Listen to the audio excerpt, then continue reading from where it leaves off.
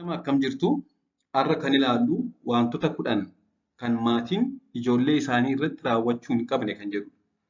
Daa'imman yeroo guddisan maatiin daa'imman isaanii irratti kan raawwachuu hin qabne, kan gochuu hin qabne wantoota gurguddoo 10 kaasa. Kan jalqabaa sagalee ol kaasanii itti iyyuu itti lallabuu itti dubbachuu iskiriiming isa jedhama. Daa'immanitti sagalee ol kaasanii itti iyyuu itti lallabuun madaa yookaan godaannisa sammuuf miiraa yeroo dheeraa ta'eef kan saaxiludha. Hayyoonni tokko tokko yeroo qoratan even reebicha caalaa miidhaa kan sammuu isaanii irratti fidu akka ta'etti kaasu. Daa'imman irra deddeebi'anii yeroo itti iyyan sirni narvii isaanii deebii kennuu waan dhaabuuf sammuun isaanii waan itti iyyamuuf sana fudhachuu dhaaba. Kun immoo daranuu itti dabalanii akka iyyan godha maatii sana. Isaan yeroo itti iyyan daa'imni rispoonsii kennuu dhiisaa, rispoond hin godhu, sirni narvii isaa sensitiif ta'uu dhiisaa. Yeroo kana immoo maatiin kan caalu itti yaadeemu kun immoo sammuu daa'imaa caalaatti hadoochaa deema jechuudha. Kanaaf kanarraa of qusachuun barbaachisaadha. Haaluma kanaan daa'imni itti iyyamaa guddate rakkoo xiinsammuu fi dhibee sammuu kan akka dallansuu baay'isuu, ofitti amanamummaa dhabuu, mukuu, dhiphinaa fi rakkoo haala namoomaa yookaan personality disorder garaagaraatiif saaxilamuu danda'a. Kanaafuu daa'immanitti sagalee ol kaasanii iyyuu irraa of qusachuun yoo tasa itti iyyine of tasgabbeessuun daa'ima sana sossobanii dhiifama gaafachuun barbaachisaadha. Yoo dingata osoo hin beekin itti iyyine of tasgabbeessuudhaan deebinee dhiifama gaafachuu qaba. Dhiifama gaafachuun miira itti dhagahamerraa fayyisuun cinaatti dogoggora uumame sirreessuun akka danda'amuu fi itti gaafatamummaa kan barsiisudha. Daa'imni sun akka itti gaafatamummaa fudhatu kan barsiisudha jechuudha. Akkasumas dhiifama gaafachuun miidhaa naasisuudhaan itti dheekkamuudhaan sammuu isaanii irra ga'e sana ni fooyyessaa, ni fura jechuudha. Lammaffaan komachuu yookaan qubatti qabuudha. Komachuu yookaan qubatti qabu bileemingiin gaarii miti. Komachuun hariiroo ni laaffisa, hariiroo maatiif daa'imaa, ofitti amanamummaa gadi buusaa, ijoolleen yeroo waan badaa hin hojjennellee, yeroo gaarii hojjetanillee ittisa irratti akka argaman kakaasa. Of protect gochuu yeroo hundaan komatamu waan ta'eef gaariillee godhanii ofirratti ittisuuf isaan kakaasa. Ajaja baay'isuudha garuu non-stop order kan jedhamu. Ajaja callumaan inni ajajatti baay'isu. Osoo hin amansiisin, osoo hin barsiisin yookaan fakkeenyummaan ittiin agarsiisin ajaja itti baay'isuun daa'imman roobootii akka gochuuti. Gaafa guddatan waan ajajaman kamiyyuu gaaffii tokko malee osoo ittiin amaniin kan raawwatanii fi fakkeessaa jiraatu. Kanaafuu egaa daa'imman waan itti himan caalaa waan itti agarsiisan irraa qabatu waan ta'eef fakkeenyummaan itti agarsiisaa barsiisuun callisanii jedhanii ajajaa oolurra filatamaadha. Garbiroon sodaachisuu yookaan tiriitaniin jedhamudha. Sodaachisuun yookaan doorsisni diddaa daa'imman agarsiisan yeroof irra aanuuf fayyadus booda keessa daa'imman ni miidha. Ilaalchi doorsisaan horatamu miira dhugaa hin ta'inidha. Akkasumas daa'imman doorsisaan jiraatan yookaan guddatan jireenya sodaan guutame akka jiraatan yookaan yoo doorsifaman malee homaa akka hin hojjenne akka amananii jiraatan isaan taasisa booda keessa. Garbiraan itti kolfuu yookaan qoosuudha.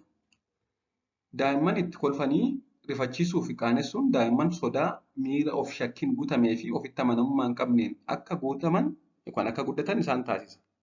Ja'affaan arrabsoo yookaan abaarsa karsing. Daa'imman arrabsoo fi abaarsa isaan barsiisudha.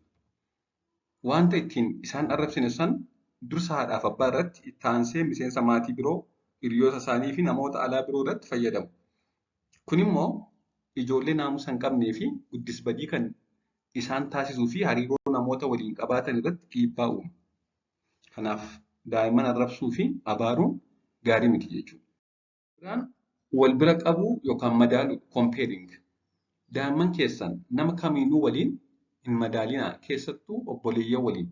Daa'ima jalqabaa kan lammaffaa wajjin, daa'ima tokko kan ollaa wajjin, daa'ima tokko kan biraa wajjin wal madaalchisuu hin qaban. Ifin ijoollee isaaniillee lama wal bira qabuu hin qaban. Compare gochuu hin qaban. Wal bira qabuun miira hinaaffaa, aarii fi of ittisuu yookaan self defensiif isaan saaxila. Ofitti amanamummaa gadi aanaa horachuun nama biratti fudhatama yookaan gaarii akka hin taanetti amananii guddatu. Karaa ta'e kamiinuu namoota biroo irraa fudhatama fi xiyyeeffannoo argachuuf garmalee tattaafataa jiraatu.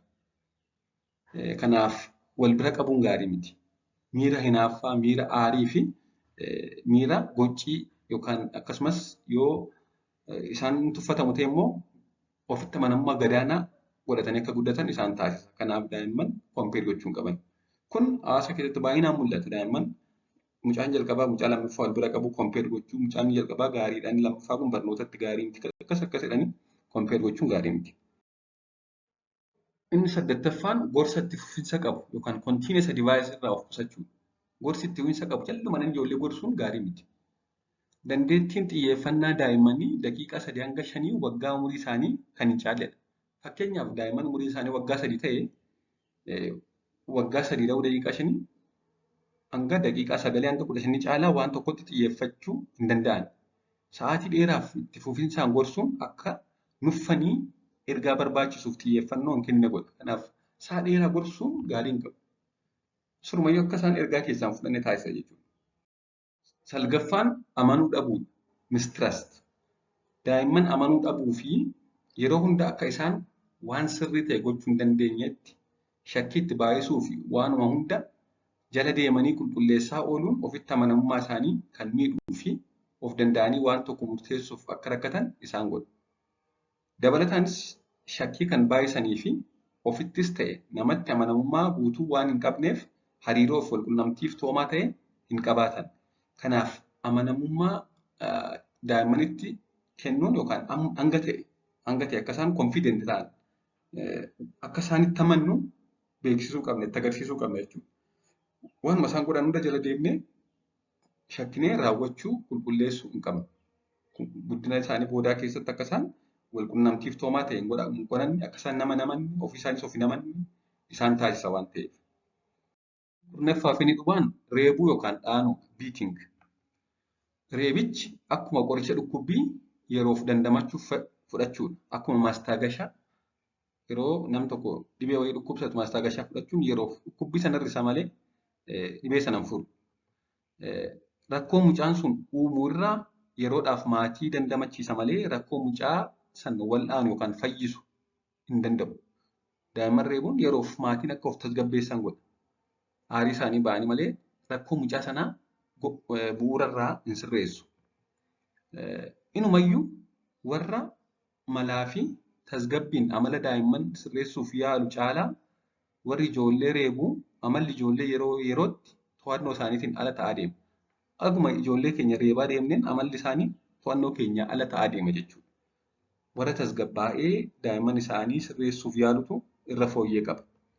Ijoolleenis daran hammaachaa deemuun badii fedhaan raawwachuuf kan of duuba hin deebinee fi ofii isaaniitiifis amala reebichaa qabaatanii guddachuun waanuma hunda reebichaan argachuu akka danda'anitti yaadu. Abusive behavior amala akkasiidhaan guddatu jechuudha. Reebanii maatiin waa irraa argataa turan yookaan sirreessaa turan waan ta'eef isaanis wanti sirraa'uu qabu tokko jiraate reebuu yookaan humnan amanuu jalqabu jechuudha gaafa guddatan. Kanaafuu kanneen kurnan daa'immaniif gaarii miti. Kanneen kanarraa of haa qusannu galatoomaa turtii gaarii.